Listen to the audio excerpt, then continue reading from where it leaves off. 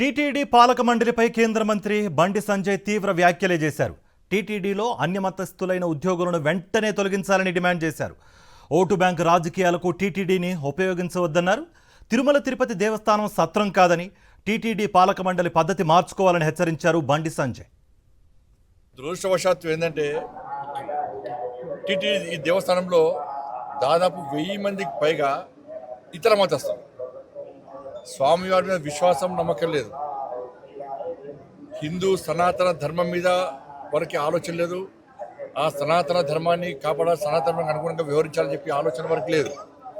అటువంటి ఉద్యోగస్తులకు, అటువంటి వ్యక్తులకు టీటీడీలో ఉద్యోగాలు ఇవ్వడమైంది, వాళ్ళు ఇంకా కొనసాగించడమైంది.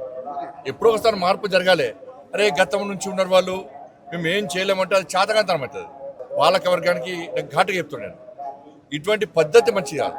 ఇతర మతస్థులు ఈ దేవాలయంలో ఉండడం వలన వాళ్ళ ఆచార వ్యవహారాల విషయంలో చాలా ఇబ్బందులు వస్తున్నాయి. అది బయటికి రాకపోవచ్చు.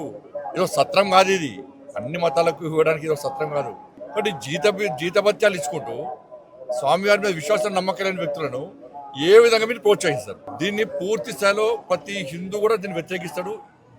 దీన్ని వెంటనే నిర్మూలించాల్సిన బాధ్యత పాలక వర్గం మీద ఉంది.